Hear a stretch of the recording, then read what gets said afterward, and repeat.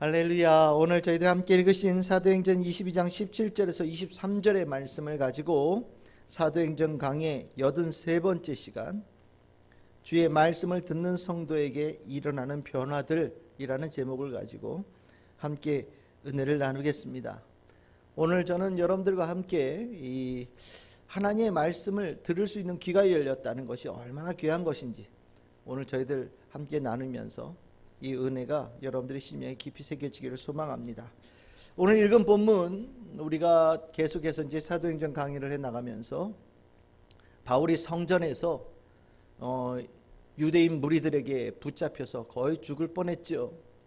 그런 가운데 이제 로마 군인들에게 보호를 받는 건지 끌려가는 건지 어찌 되었든 그렇게 되어져 가면서 이 자기를 죽이려고 하는 유대인 무리들에게 한마디 할 수 있는 기회를 얻었고, 그 한마디 하는 가운데 간증, 자기의 이야기를 했던 것을 우리가 지난주 그리고 이번 주에 이렇게 나누게 되는 겁니다.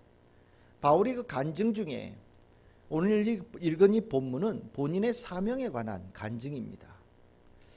이제 이 바울이 처음 간증할 때는 좀 잠잠했는데 아주 갑자기 이 한마디에 이 잠잠하던 유대인 무리들이 마치 벌통을 건드린 것처럼 난리가 났습니다.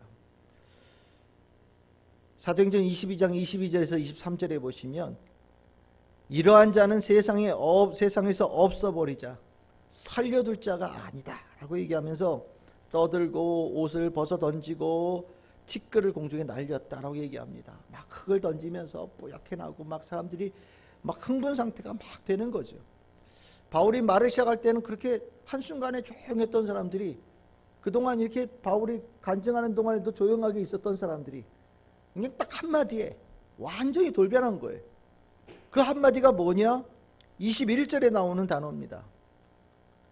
하나님께서 바울에게 이렇게 말씀하셨다는 거예요. 떠나가라. 내가 너를 멀리 이방인에게로 보내리라.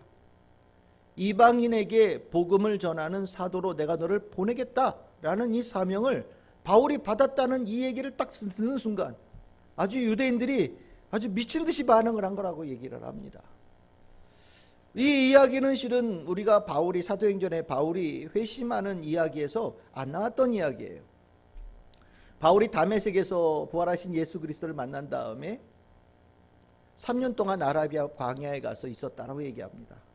광야에서 뭐 했는지는 잘 알 수 없습니다. 하지만 바울이 예수님의 말씀, 행적 이런 것들을 공부하면서 예수를 따르는 자가 되겠다고 결단하는 회개와 새로운 결단의 시기를 가졌던 것 같습니다.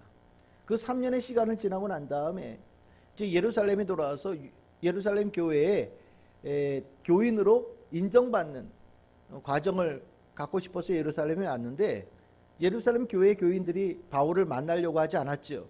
바울이 가졌던 악명이 자자했기 때문입니다. 바울이 변했어? 그건 불가능한 이야기야.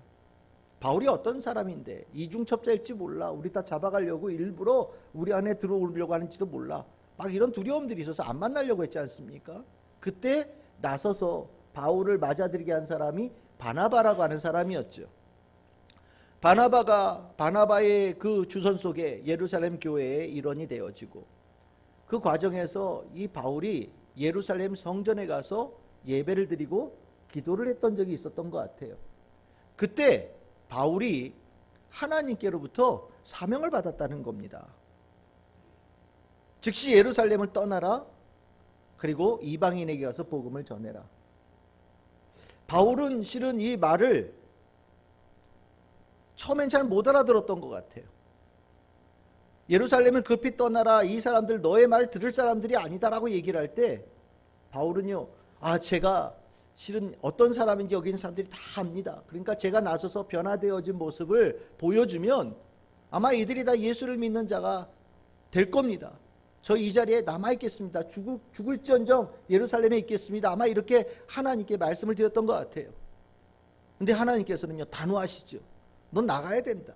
내가 너를 갖다가 부른 이유는 이방인들에게 복음을 전하라고 너를 부른 거다라고 얘기를 한 겁니다. 그래서 그 말씀을 듣고 바울이 즉시 그 일에 순종했고, 우리가 3차에 걸쳐서 복음을 전하러 바울이 다닌 그 이유도 바로 이 주님께서 성전에서 주신 이 사명 때문이고, 그리고 그 모습을 가지고 지금 예루살렘에 돌아와서 이 유대인들에게 곤욕을 당하고 있는데, 이것은 전적으로 하나님의 뜻이다라고 바울은 분명하게 얘기를 하고 있는 겁니다. 그런데 이 얘기를 듣는데 유대인들은요, 이건 절대 하나님의 뜻일 리가 없다라고 아주 강력하게 얘기를 합니다. 왜 그러냐면 이 이방인이라고 하는 단어 속에 우리가 알지 못하는 유대인들이 가지고 있는 그 의미가 들어있기 때문이에요. 이방인이라는 단어는요, 유대인에 반대되는 단어예요. 그러니까 유대인이 있어서 이방인이 있는 거예요. 유대인들의 자신들을 뭐라고 얘기합니까? 자신들은요, 선민이고 성민이다 이렇게 얘기하는 사람들이거든요. 하나님께서 우리를 선택하셨고, 하나님께서 우리를 선택하셨을 뿐만 아니라 거룩한 백성으로 만드셔서 우리는 하나님의 백성이다. 근데 우리 말고 나머지 모든 사람들은 하나님께 선택받지 못한 백성들이고, 하나님 앞에 거룩하게 되어지지 못한 백성들이고, 결국 유대인들의 머릿속에는 그들은 악한 백성들이야 라는 머릿속에 개념이 확고하게 들어있었던 거예요. 더군다나 유대인들은요, 그 하나님의 백성, 선택되어진 백성, 거룩한 백성으로 살기 위해서 얼마나 노력을 했습니까?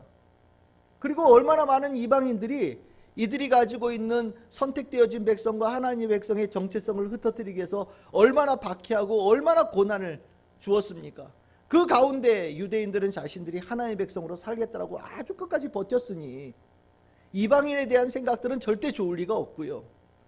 이 유대인들이 이렇게 선택된 백성으로서 고난 속에서도 버텼던 이유 중에 하나가 뭐냐면, 나중에 하나님께서 이 땅에 주권을 회복하실 때 우리들은 이동안 고생했던 모든 것들을 다 인정하셔서 이렇게 높여주실 것이고, 지금 이 세상의 권세 잡고서 우리를 그렇게 괴롭혔던 저들은 나중에 주님께서 주권을 가지셨을 때 다 하나님께서 심판받을 자가 돼서 우리 다 발밑에 내려갈 거다. 그러니까 이 유대인들에게 이방인이라는 단어는요, 정말 못된 사람 중에 못된 사람이고요, 저들이 잘 된다? 있을 수 없는 이야기고요, 그것은 절대 하나님의 뜻일 리 없다라고 아주 굳게 믿고 있는 그런 생각들이었습니다. 그런데 오늘 이야기 뭐라고 그래요? 바울이 하나님께 사명을 받았는데 이방인에게 복음을 전해서 그들을 하나님의 백성으로 만들으라고 하는 사명을 내가 받았다라고 하니, 완전히 유대인들이 이 안에서 저거야말로 거짓말이다, 저런 말하는 사람은 죽여서 마땅하다라고 아주 흥분하는 겁니다. 실은 여러분들, 이방인에 대해서 유대인들이 가지고 있는 시각은 바울이 한 말 중에도 나와요. 에베소서 2장 11절에서 13절에 보시면 에베소 교인들에게 편지를 보내면서 너희들 절대 교만해서는 안 된다 이런 얘기를 하면서 너희들이 전에 어떤 사람이었느냐라고 얘기를 합니다. 이게 이방인들이거든요. 뭐라고 얘기합니까? 너희들이 육체로는 이방인인데 너네는 할례를 받지 않은 무리라 칭함을 받는 자들이었고, 그리스도 밖에 있었고, 이스라엘 나라 밖에 있었고, 약속의 언약들에 대해서도 밖에 있었고, 세상에서 소망이 없었고 하나님이 없는 사람이고, 그리고 아주 멀리 떨어져 있는 사람이었다라고 얘기합니다. 그런데 너희들이 예수로 인하여서 이렇게 하나님의 백성이 되어지는 은혜를 입었으니 너희들 정말 겸손하고 신앙생활 잘해야 된다라는 권면을 하는 거거든요. 여기 나오죠. 유대인들이 이방인에 대해서 어떻게 생각하고 있는지. 바울도 유대인이었잖아요. 유대인 중에 유대인이었잖아요. 그러니까 너무나도 잘 알고 있는 겁니다.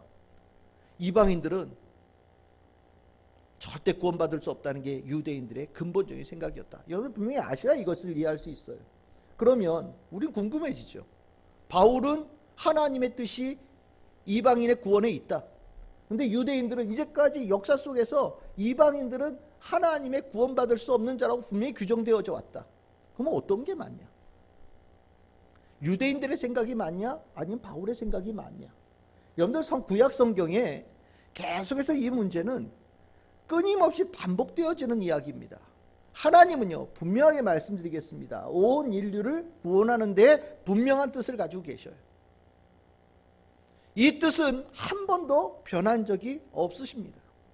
여러분들 이스라엘 백성들 그러면 우리는 야곱의 12 아들이 이스라엘이라고 얘기할지 모르지만 아닙니다.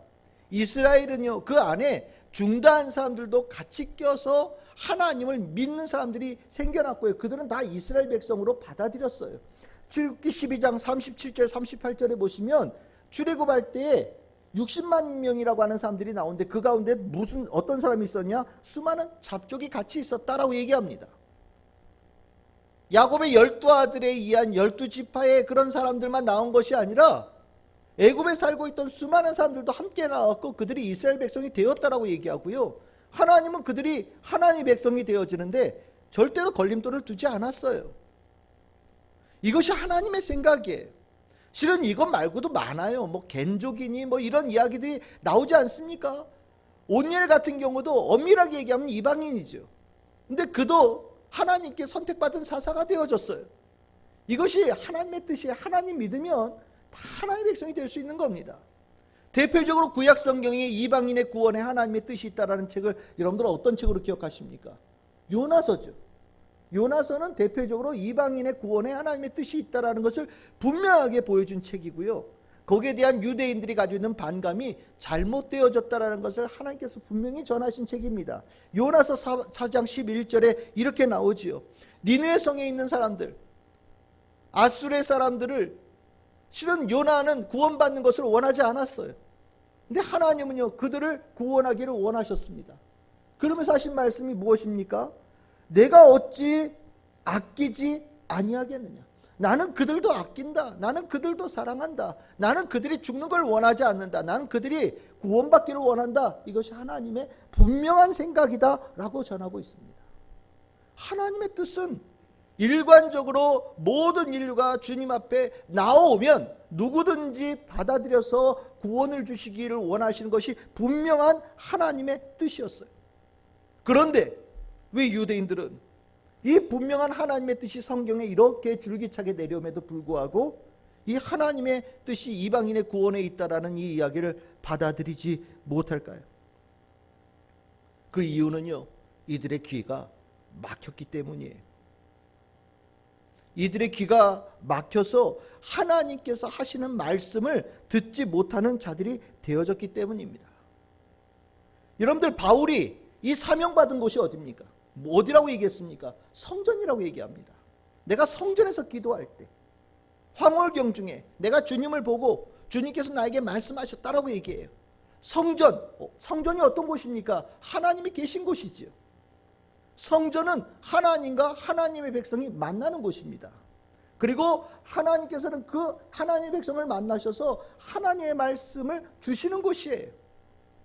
그 만남 속에 주님의 뜻이 전달되어지고 그 하나님의 뜻을 받은 이스라엘 백성들이 하나님의 뜻대로 살아가게끔 만드는 아주 놀라운 역사가 일어나는 곳입니다. 바울이 그 성전에서 하나님의 뜻을 들었다. 그러면 하나님께서는 이 말씀을 이제까지 한 번도 하지 않으시다가 바울에게만 하셨을까요? 아닙니다. 하나님은요, 성전에서 늘 언제나 한결같이 똑같은 말씀을 계속해서 외치셨던 거예요. 예배드리는 자들마다 하나님께서 말씀하시는 겁니다. 너희들이 먼저 구원받았으니, 먼저 구원받은 그 은혜를 가지고 세상의 모든 사람들이 내 백성이 되어지는데 너희들이 나서야 된다. 내가 너희들을 먼저 선택한 이유는 내가 살아있음을 보여주는 하나의 중요한 증인으로 세우기 위함이지 너희들만 구원하려고 내가 세운 것이 아니다. 하나님께서는 예배 드릴 때마다 이 뜻을 그렇게 반복해서 얘기하셨을 겁니다. 그런데 예배 드리는 자들이요, 하나님의 뜻을 듣는데 별 관심이 없었어요. 와서 예배는 드리는데 귀 막고 눈 가리고 자신들이 원하는 것만 얘기하고 자신들이 원하는 것만 얻어가는 데 관심을 가지고 예배를 드린 겁니다.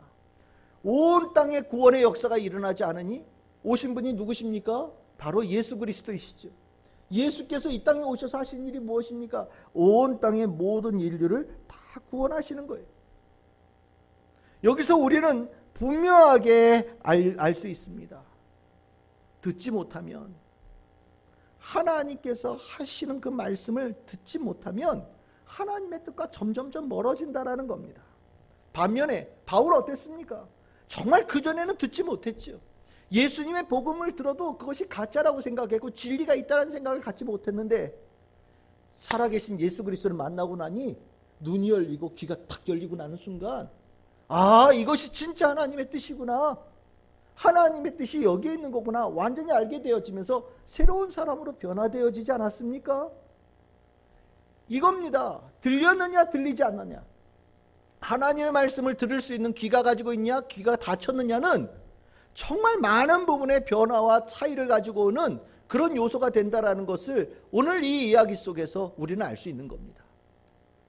여러분들, 이렇게 되니 하나님께서 사람을 보실 때 뭐부터 보실까요? 우린 사람 볼 때 뭐 얼굴 보고 뭐 볼지 모르겠지만 오늘 이렇게 보면 하나님은요, 우리의 귀가 닫혔는지 열렸는지 그거를 먼저 보신다라는 것을 우리는 느낄 수 있어야 됩니다. 하나님은 우리의 귀가 열렸는지 그것을 아주 민감하게 보셔요. 민감하게 체크하신다라는 겁니다. 왜냐? 귀가 닫혔을 때는요, 신앙에 심각한 문제들이 발생하기 때문입니다. 또 다른 말로 표현하면, 만약에 귀가 그전에는 닫혔어도 귀가 열릴 수만 있다면 그가 가지고 있는 많은 문제들이 해결되어지고 다시 건강한 신앙과 삶으로 돌아갈 수 있는 시작이 귀가 열림을 통해서 일어날 수 있기 때문에 하나님께서는 하나님의 자녀들의 귀가 어떤 상태인지를 늘 체크하시고 보신다는 것을 우리는 알아야 됩니다. 그럼 오늘 설교 제목이 뭐였습니까? 주의 말씀을 듣는 성도에게 일어나는 변화들. 귀가 열렸을 때, 하나님의 말씀을 들을 수 있는 귀가 되어졌을 때 그런 성도들에게 어떤 변화가 일어날까요? 첫 번째로 한 세 가지 정도 저는 볼 수 있다고 생각이 되는데, 첫 번째는 무엇이냐? 우리에게 그 듣는 귀를 통하여서 믿음이 회복되어집니다. 참 우리가 잘 알고 있는 이야기죠. 믿음이 회복되어진다는 이야기는 무슨 소리냐면 믿음의 활력이 생긴다라는 거예요. 우리가 신앙인으로서 귀가 다 열렸을 때 시들시들했던 우리들의 믿음이 다시 생생한 믿음으로 일어나는 일이 일어난다라는 겁니다. 마치 식물에 물 안 주었을 때 이렇게 구부러져 있다가 물 딱 주면 빳빳하게 딱 일어서는 것처럼 귀가 딱 열리는 순간 시들시들했던 우리들의 믿음이 다시 살아있는 것처럼 바짝 올라서는 일이 일어난다라는 것이지요. 여러분들, 이 들음이 없는 믿음은요, 듣지 못함이 없는 믿음은 흔들리고요, 어려움을 이겨내지도 못하고 살아있는 능력을 갖지 못합니다. 이제 우리가 여름 되면 태풍이 이렇게 지나가지 않습니까? 태풍이 지나갈 때 나무가, 어떤 나무는 막 흔들려도 그래도 이렇게 살아있는 나무가 있는 반면에 어떤 나무는 이만큼 큰데도 불구하고 바람 불면 뚝 부러지는 나무 있어요. 어떤 나무가 부러집니까? 겉으로 보기에는 그럴듯해 보여도 안에 물이 올라가지 않는 나무, 가지가 죽은 가지들은 뚝뚝뚝 부러지죠. 똑같아요. 들음이 없는 믿음은요, 뭔가 겉으로 보기에는 이게 허우대로 멀쩡한데요, 어려운 일이 오면요 그게 또 부러지고 쓰러지고 사라지는 일들이 일어나는 겁니다. 이렇게 되어지는 믿음에 대해서 예수님께서 이미 말씀하신 적이 있어요. 마태복음 7장 26절에서 27절. 우리 같이 한번 읽어봅시다. 시작. 나의 이 말을 듣고 행하지 아니하는 자는 그 집을 모래 위에 지은 어리석은 사람 같으리니 비가 내리고 창수가 나고 바람이 불어 그 집에 부딪힘에 무너져 그 무너짐이 심하니라. 아멘. 분명히 말씀하시잖아요. 듣지 않는 사람, 그럼 행할 수 없죠. 그래 어떻게 됩니까? 그 믿음 파워당이에요. 이거 어떤 사람이냐? 모래 위에 집을 지은 사람 같다. 우리가 모래 위에 지은 집에 관해서 관심인데 실은 여기 분명히 얘기한 거 어리석은 사람이다라고 얘기하는 겁니다. 힘이 없어요. 어리석은데, 우리 저한테 말씀드렸잖아요. 헛똑똑이요. 뭘 알고 있는데 아는 것이 힘이 되지 않는 사람이에요. 쓸데없는 걸 알고 있어서 아무 가치가 없는 일을 하는 사람입니다. 어리석은 사람 되어져서요, 바람이 불면 작은 바람에도 툭 쓰러져요. 물이 오면 물에도 쓸려 나가요. 무너지는데 그냥 단순하게 딱 무너지면 좋은데 무너질 때 내가 깔려요. 그리고 무너질 때 내가 너무 아파요. 고통스러운 겁니다. 믿음이 힘이 없기 때문에. 왜 믿음에 힘이 없어요? 들음에 문제가 생기기 때문이죠. 그래서 바울은요, 이 들음에 대한 이 중요, 이 믿음에 관한 이 연결을 여러분들이 너무나도 잘 알고 있는 이 말씀으로 우리에게 가르쳐 줍니다. 로마서 10장 17절입니다. 우리 한번 같이 읽읍시다. 시작. 그러므로 믿음은 들음에서 나며 들음은 그리스도의 말씀으로 말미암느니라. 아멘. 예, 분명히 말씀하고 있죠. 믿음이 어디서 난다고요? 들음에서 난다. 이 믿음이 난다라는 것이 뭐냐? 믿음이 힘을 얻는다라는 거예요. 살아있는 믿음, 생기가 있는 믿음. 어디에서 난다고요? 들음에서 나온다. 우리가 신앙생활하면서 시들시들한 믿음이 꽤 많아요. 시들시들한 믿음의 가장 대표적인 모습이 뭐냐면 오늘 예배드리고 가자마자 내 머릿속에 하나님께 주신 은혜의 말씀이 하나도 기억되지 않는 경우예요. 월요일만 돼도 내가 크리스찬인지 크리스찬이 아닌지 전혀 구분되지 않고 살아가는 거예요. 우리가 얼마나 많은 일들을 겪으면서 삽니까? 요즘 들어서는 정말 코로나 정말 만만치 않죠? 계속해서 반복되고 있고 이것이 정말 많은 것의 삶의 기초를 계속해서 흔들고 있어요. 이렇게 긴 시간이 지나감에도 불구하고 이렇게 경제가 돌아가는 게 참 어떻게 보면 기적 같다 이런 생각도 들 정도입니다. 누군 그래요. 경제학자들은요. 그래서 정말 나중에 우리가 생각하지 못한 어마어마한 경제적인 여파가 분명히 올 거다. 문제가 나타날 거다라고 경제학자들은 아주 입을 모아서 예견을 하는데 지금 다들 힘들고 어려운데 야, 좀 있으면 더 힘들어. 이런 얘기하면 사람들이 그냥 푹 쓰러질까봐 얘기는 못하고 있는 거예요. 근데 좀 정말 심각한 일이 올 거다라고 얘기를 하고 있습니다. 뭐 만만한 일이 뭐가 있어요. 집값도 오르고요. 청년들은 취업이 안 되고요. 또 날씨는 요즘에 어마어마하게 덥죠. 야, 참 여러 가지로 난국의 난국이에요. 뭘로 이것을 해결할 수 있습니까? 믿음이지요. 믿음의 힘입니다. 믿는 자들에게 무슨 힘이 있겠어요? 생생한 믿음, 활력 있는 믿음으로 이겨내야 되는데 이 귀가 닫혀놓으니 믿음은 있는 거라고 얘기를 하는데 힘이 없어서 시들시들. 실은 우리에게 이런 일들이 많이 일어나고 있어요. 제가 요즘에 줌으로 1:1로 양육을 몇몇 분들과 하고 있지 않습니까? 제가 그 분 중에 한 분에게 몇몇 분들에게 이렇게 권면을 했어요. 시들시들한 것 같아요. 그래서 제가 그분에게 가르친 내용은 일주일에 설교를 3편을 듣는다. 내가 성경을 읽겠습니다. 이거 안 되는 거예요. 시들시들한데 성경이 읽혀지겠어요? 내가 기도를 1시간을 하겠습니다. 아니, 믿음이 시들시들한데 1시간을 기도할 수 있겠습니까? 내가 믿음이 시들시들한데 새벽 예배를 나와서 기도하겠습니다. 가능하겠습니까? 불가능한 얘기예요. 그러면 어떻게 시작할 수 있느냐? 물을 받아야죠. 주님께로부터요. 물은 어디를 통해서 들어옵니까? 귀를 통해서 들어오는 거예요. 말씀을 내 귀에 가까이다 두고 듣는 거예요. 의도적으로 하루에 일주일에 3편 이상씩. 그러면요, 이 귀는 뚫려 있어서 이렇게 들어올 때 한마디, 두마디가 내 마음속에 남으면요, 이것이 내 안에 기가 막힌 영양제가 되어지고 물줄기가 되어져서 시들시들한 내 믿음을 바짝 일으키는 일들이 일어나거든요.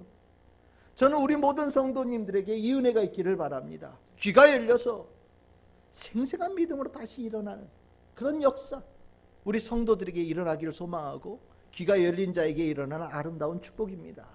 두 번째로 귀가 열린 자에게 일어나는 놀라운 변화가 무엇이냐? 성장이 일어나요. 성장이라고 할 때 우리는 외형적인 성장을 얘기하는데 이 영적인 성장은요, 외형적으로 이렇게 키가 크거나 몸무게가 늘어난 성장이 아니라 영적인 성장은 아름다움의 성장입니다. 귀가 열리면요, 여러분들의 인생이 아름답게 성장한다라는 거예요. 여러분들, 우리는 신앙은 성장해야 됩니다. 여러분들 알고 계시지요? 신앙은 성장해야 돼요. 왜냐면요, 우리 그리스도인들은요, 살아있는 존재들이거든요. 살아있다라는 것은 무엇이냐? 날마다 성장되어져야 되는 겁니다. 그 성장, 아까 말씀드렸듯이 그 성장이 무엇입니까? 아름답게 변해가는 거예요. 그 아름다움의 최고봉에 누가 계십니까? 바로 예수 그리스도가 계시죠. 그래서 우리가 성장되어진 아름다운 성장의 목표가 무엇이냐? 바로 예수 그리스도에게 닮아가는 그 모습이 우리의 성장의 목표예요. 근데 이렇게 아름답게 성장되어지는 과정에 꼭 필요한 게 뭐냐? 이 귀예요. 이 귀가 닫히면요, 마치 성장판이 닫힌 것과 똑같아요. 이 귀가 닫히면 예수 그리스도를 닮아서 아름답게 되어지는 것이 불가능해집니다. 왜 그러냐면 이 주님께서 주신 은혜의 말씀을 들어야 내 안에 영적인 힘들이 활력이 되어지는데, 듣지 못하면요, 내 안을 채우고 있는 것이 누구의 생각만 남겠습니까? 내 생각만 남는 거예요. 내 생각, 내 머릿속에 있는 내 지식, 내가 가지고 있는 내 판단, 내가 가지고 있는 가치관이 마치 마개를 꽉 막아놓은 병처럼 내 안에 꽉 내 생각만 가득한 거예요. 근데 이 내 생각이 가득한 이 모습이 왜 문제가 되어지느냐? 여러분들 이 말씀 같이 한번 읽겠습니다. 로마서 8장 7절에서 8절입니다. 우리 같이 읽겠습니다. 시작. 육신의 생각은 하나님과 원수가 되나니 이는 하나님의 법에 굴복하지 아니할 뿐 아니라 할 수도 없습니다. 육신에 있는 자들은 하나님을 기쁘시게 할 수 없느니라. 아멘. 분명히 말씀하고 계시죠. 바울은 분명히 얘기를 해요. 듣지 못하는 자들은요, 육신의 생각으로 꽉 차 있다라는 겁니다. 육신의 생각으로 꽉 차 있는 사람은 하나님의 말씀이 이 안에 들어와서 역사할 수도 없고 불가능해진다는 거예요. 귀를 막고 있으니. 그럼 어떻게 합니까? 하나님께서 기뻐하실 만한 일들이 절대 일어나지 않는다라는 거예요. 그리고 나서 이게 뭐라고 얘기를 합니까? 하나님과 원수가 된다. 참 무서운 얘기예요. 우리의 귀가 막히면요, 그냥 그 상태로 가만히 있을 것 같은데 그렇지가 않고, 귀가 막히면, 성도가 이 귀가 막히면 하나님과 원수가 되는 길로 나아간다라는 겁니다. 바울이 아주 무서운 얘기를 하고 있는 거예요. 여러분들이 듣는다라는 게 어떤 의미인지 여러분들 느낌이 오시지요? 하나님의 말씀이 들어와서요, 깨트리는 게 무엇이냐? 내 생각을 깨트리는 거예요.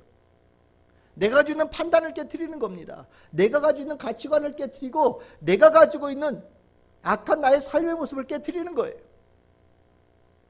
주님의 뜻이 내 안에 내 귀를 통해서 들어올 때, 그 들어온 그 말씀을 통해서 하나님과 원수되어지는 모습의 내 모습을 깨트리고 예수를 닮아가는 인생으로 변화시키는 역사를 일으켜낸다라는 겁니다. 결국 이 들음에서 우리 안에 성장이 일어나는데 아름다운 성장이 일어난다. 그래서 바울은요, 에베소서 4장 13절에 이렇게 얘기를 합니다. 우리가 다 하나님의 아들을 믿는 것과 아는 일에 하나가 되어 온전한 사람을 이루어 그리스도의 장성한 분량이 충만한 데까지 이르리니, 이렇게 얘기를 합니다. 우리에게 필요한 게 있다라는 거예요. 무엇이냐? 예수 그리스도를 믿는 것, 그리고 또 하나는요, 아는 것. 이것이 하나가 되어져야 된다. 그래야 우리가 성장할 수 있다. 그리스도의 장성한 분량까지, 그리스도의 아름다운 모습으로 성장되어질 수 있다라고 얘기하는 겁니다. 여러분들의 믿음은 어디서부터 비롯됐습니까? 주님께서 주신 거예요. 여러분들이 그리스도를 믿을 수 있게끔 되어진 것은 성령의 역사, 주님의 은총입니다. 우리가 그 믿음을 받았어요. 우리는 그 믿음을 간직하죠. 근데 이것으로 끝나서는 안 돼요. 우리가 예수를 닮아가기 위해서는요, 예수를 알아야 돼. 예수의 말씀을 알아야 되고 예수의 삶을 우리가 알아야 돼요. 그러면 어떻게 됩니까? 귀가 열려야 돼요. 이 안에 예수 그리스도의 말씀을 집어넣고 예수의 삶을 흠모하면서 살아갈 수 있도록 이 안에 예수 그리스도의 은혜로 꽉꽉꽉 채워가는 일이 일어나야 되는 겁니다. 그것이 바로 귀가 열린 자에게 일어나는 거예요. 우리의 삶의 목표는 분명합니다. 예수를 닮아가는 거예요. 그게 아름다운 삶이에요. 가장 아름다운 삶입니다. 주님께서는 우리에게 그 성장이 일어나기를 원하고 계셔요. 귀가 열려야 됩니다. 귀가 열리지 않고서는 예수를 닮아가지 못해요. 하나님과 원수되어지는 길로, 오히려 성도가 잘못된 길로 나아가는 겁니다. 마치 이방인의 구원이 하나님의 뜻이라고 외치는 바울을 죽이려고 하는 유대인들과 같은 모습이 우리 안에 일어날 수 있다는 것을 알아야 되는 겁니다. 얼마나 추합니까? 얼마나 악합니까? 이들이 하나님의 백성인데도 불구하고 이렇게 추하고 악하게 되어진 이유는 바로 그들이 귀가 닫혀서 하나님의 아름다운 모습이, 원하시는 아름다운 모습으로 성장되어진 것이 멈췄기 때문이에요. 우리 참 즐거운 게 성도들의 귀가 활짝 열려서 주님을 알아가는 지식이 충만하여지고 그리고 예수를 닮아가는 아름다운 영적 성장이 일어날 수 있기를 주님의 이름으로 축원합니다. 세 번째로요, 귀가 열렸을 때 우리에게 어떤 역사가 일어나느냐, 우리에게 멋진 꿈과 소망이 회복되어져 갑니다. 아까 믿음은 활력이라고 그랬죠. 아까 성장은 아름답다라고 그랬습니다. 그래서 저는 이 꿈과 소망을 뭐라고 표현하면 좋을까라고 생각하다가 인생을 맛있게 하는 거다, 이렇게 표현했으면 좋겠습니다. 인생을 맛있게 하는 꿈과 희망이다. 참, 여러분들 꿈이 있다라는 거, 사는 맛이 달라지는 겁니다. 인생에 소망이 있다라는 거, 사는 맛이 달라지는 거예요. 여러분들 인생에 맛있다, 기쁘다, 내가 정말 보람차다라고 얘기할 때 무엇이 그 사람에게 보람차고 기쁘고 이런 것들을 만들어줍니까? 바로 꿈과 비전이에요. 소망입니다. 소망과 비전이 얼마나 귀한지 몰라요. 인생 참 맛없이 살아간다. 참, 저 사람 무미건조해. 아무 맛도 없어. 어떤 사람일까요? 꿈이 없는 사람이에요. 비전이 없는 사람입니다. 아무 맛이 없어요. 그냥 하루하루 살아가는 겁니다. 물론 어릴 땐 다 꿈을 가졌겠지요. 어릴 때 꿈 없는 아이들은 없으니까 꿈을 가졌는데, 참 사단이 지나가면서 꽃감 빼먹듯이 우리가 가지고 있는 꿈을 하나씩 하나씩 빼먹는 겁니다. 그러니까 나이가 들어가면서 꿈이 점점점, 꿈이 뭐야? 이런 얘기를 하는 경우들도 있죠. 나이가 들어서도 누가 꿈은 뭐고 비전이 뭐고 소망이 뭐고 얘기하면요, 꿈을 잃어버린 사람이 이렇게 얘기합니다. 꿈 같은 소리하고 앉았네. 정신 차려. 꿈이 어딨어. 너 아직도 허황되게 사는구나 라고 얘기하면서 같이 이렇게 잡아당겨서 내리려고 하는 경우들이 있어요. 야, 술이나 먹어. 뭐 이런 얘기는 하는 거죠. 정말 몸이 건조한 인생이에요. 그리고 10년을 살면 뭐 하겠습니까? 20년을 살면 뭐 하겠어요? 아무 재미없는데요. 어떤 사람은요, 남의 꿈을 깨트리는 거 관심이 있어 살아가는 사람들도 있어요. 참 못된 사람이죠. 인생의 맛이 없는 것을 떠나서 정말 쓴맛인 사람들이 있거든요. 남이 가진 꿈 깨트리고 남의 가진 꿈 빼앗고 그러면서 다른 사람이 가지고 있는 기쁨을 빼앗으면 희열을 느끼는 사람들이요. 이런 비전을 가지고 있는 사람들이 간혹 있더라고요. 그 인생 지금 그냥 맛보자마자 뱉어버려야 됩니다. 그건 토해버려야 될 인생이죠. 우리가 가져야 될 중요한 모습이 무엇이냐? 꿈을 갖는 거예요. 성도로서 귀가 이렇게 닫히면요, 인생의 미각이 사라지는 거예요. 인생의 맛을 못 느껴요. 희한하죠? 귀가 닫히는데 인생의 맛을 못 느낀다. 왜냐하면 귀가 닫히면 이 꿈이요, 별 볼 일 없어요. 근데 이 귀를 열면요, 희한한 일이 일어나는데, 이 귀가 열린 틈을 통해서 하나님의 말씀이 들어오고요, 하나님의 말씀이 들어와서 우리들에게 놀라운 변화가 일어나는데, 하나님의 꿈이 내 꿈이 되어지게 만드셔요. 하나님은 늘 언제나 꿈을 꾸시는 분이시거든요. 소망이 있으신 분이시고 비전이 있으신 분이십니다. 계획이 있으신 분이에요. 하나님은요, 인생으로 따지면 정말 최고의 맛집이거든요. 근데 하나님을 만나면요, 하나님이 가지고 계신 꿈을요, 이 귀가 열린 자들에게 심어주셔요. 그러면서 하나님께서 뭐라고 얘기하시냐? 옛날에 이런 얘기 많았는데 잘 자, 내 꿈 꿔, 뭐 이런 거 있지 않습니까?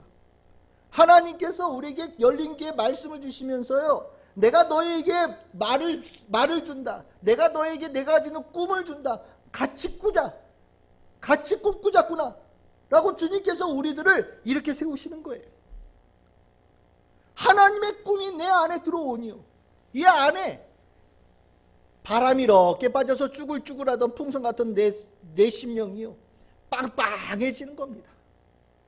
주님의 꿈에 들어오니요, 이 안에 이것이요, 아주 활기가 넘치는 일들이 일어나고요, 내가 무엇이 될 수 있다는 확신들, 내가 살아야 되겠다라는 그 분명한 목표가 세워지는 사람으로 바뀌어지는 역사가 일어나는 겁니다. 이런 역사를 바울은 이렇게 표현했습니다. 빌립보서 2장 13절입니다. 우리 같이 읽겠습니다. 시작. 너희 안에 행하시는 이는 하나님이시니 자기의 기쁘신 뜻을 위하여 너희에게 소원을 두고 행하게 하시나니. 아멘. 이 얼마나 멋있는 말입니까? 하나님께서 가장 기뻐하시는 일들이 우리 안에 일어나도록 하시고, 그것을 하나님께서는 정말 바라신다. 하나님께서 하시는 일이 내 안에 일어나기를 하나님께서 원하시고, 그것을 이루어 가시는 일이 일어난다. 어떤 사람들에게요? 이 귀가 열린 사람들에게. 나이가 들어도 상관없는 거예요. 꿈, 비전, 환상 당연히 있지요. 왜요? 하나님의 말씀이 들어와서 나를 바꾸니까요. 여러분들, 바울이요, 처음에 이 이방인들을 향해서 복음을 전하라고 했을 때 얼마나 당황했겠습니까? 이 사람도 유대인 중에 유대인이라고 얘기하는 사람인데, 이방인? 옆에당 갔던 사람인데, 이방인들에게 복음을 전해라? 어찌 이런 말이. 처음엔 아마 그랬을 거예요. 그런데 하나님의 꿈이 그 귀가 열린 바울을 통해서 쑥 들어온 거예요. 머릿속에 그리게 하신 거죠.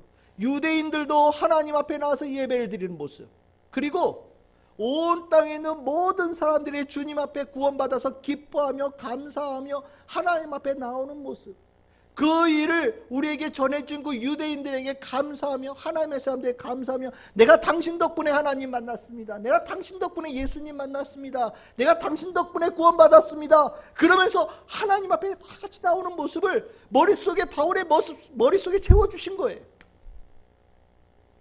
얼마나 행복했을까요? 처음에 예수님 박해했다라는 거 알고요, 다메섹에 들어갈 때 바울의 심령이 어땠겠습니까? 완전 쪼그라졌겠지요. 난 이제 죽었어. 나 이제까지 산 거 다 헛산 거야. 죄를 더해가는 삶이었어. 난 끝났어. 아마 그랬을 거예요. 예루살렘으로 이 교인이 되겠다고 돌아올 때도 나 안 만나려고 하니 아마 얼굴 가리고, 내가 이렇게 죄스럽게 살았어, 내가 이렇게 부끄럽게 살았어, 아마 그런 생각으로 왔을 거예요. 그런데 성전에서 하나님의 말씀 속에 하나님의 비전과 꿈을 같이 품고 나니 바울은 완전히 다른 사람으로 변화되어지는 겁니다. 어떻습니까? 여러분들의 인생의 맛은 어떻습니까? 신앙인으로서 여러분들은 맛있는 인생들을 살아가고 계십니까? 만약에 저 별로예요, 맛없는 것 같아요 라는 생각이 드신다면 여러분들의 귀를 보시기를 바랍니다. 귀가 열리면 여러분들의 인생에 그 주님께서 주신 꿈이 들어오고요, 여러분들의 꿈과 하나님의 꿈이 연결되어져서 멋진 일들이 이루어가는, 여러분들의 삶을 완전히 뒤바꿔놓는 역사가 일어납니다. 귀가 열린 자에게 일어나는 축복입니다. 오늘 이렇게 말씀을 나누었습니다. 주의 말씀을 듣는 성도들에게 일어난 변화들이라는 주제를 가지고 말씀을 나누었습니다. 귀가 열렸다라는 것이 얼마나 큰 아름답고 중요한 변화들을 이루는지 여러분들이 이제 아시겠지요? 영적인 들음 굉장히 중요합니다. 하나님은 그래서 여러분들의 귀를 보고 계신 거예요. 여러분들의 귀의 상태는 어떻습니까? 여러분들은 잘 들리십니까? 그러면 여러분들 어떤 분들은 도대체 얼마만큼 들어야 잘 듣는 겁니까? 라고 물어보시는 분이 계실지 모르겠어요. 성경에 정말 잘 들은 사람 한 사람이 있습니다. 이 사람만큼 들으면 좋겠어요. 그게 누구냐? 엘리야입니다. 열왕기상 19장 11절에서 12절에 이 엘리야가 하나님을 만나는데요, 거기 뭐라고 나옵니까? 바람 가운데 계시지 않았다. 큰 바람의 소리, 태풍입니다. 태풍 가운데도 없었다. 지진 가운데도 하나님께서 계시지 않았다. 불 가운데도 계시지 않았다. 그런데 하나님을 느낀 데가 있어요. 어디에서 느꼈습니까? 세미한 소리 가운데 하나님이 계시다는 것을 느꼈어요. 엘리야요, 정말 기가 막힌 귀를 가졌던 사람입니다. 세미한 음성 속에, 세미한 소리 속에 그 가운데 계신 하나님의 뜻을, 하나님의 말씀을, 하나님을 느낄 수 있는 귀를 가졌던 사람이 엘리야예요. 여러분들이 얼마만큼 귀가 좋았으면 좋겠느냐? 엘리야만큼 좋았으면 좋겠다라는 생각이 듭니다. 귀가 열린 사람 참 복된 거예요. 귀를 통하여서 정말 많은 일들이 일어납니다. 기가 막힌 변화들, 기가 막힌 축복들, 특히 말세에는 귀가 열린 자가 꼭 되어져야 됩니다. 귀가 막혀서는 이 말세를 이겨낼 방법이 없기 때문입니다. 저는 그래서 이 말씀을 마지막으로 여러분들에게 드리면서 오늘 설교를 마무리하려고 합니다. 요한계시록, 요한이 자신이 편지를 쓰면서 남긴 아주 의미 있는 한마디입니다. 요한계시록 1장 3절입니다. 우리 같이 읽겠습니다. 시작. 이 예언의 말씀을 읽는 자와 듣는 자와 그 가운데 기록한 것을 지키는 자는 복이 있나니 때가 가까움이라. 아멘. 듣는 자, 말세에 듣는 자 복이 있다. 우리 참 즐거운 예 성도들의 삶이 되어지기를 주님의 이름으로 축복합니다.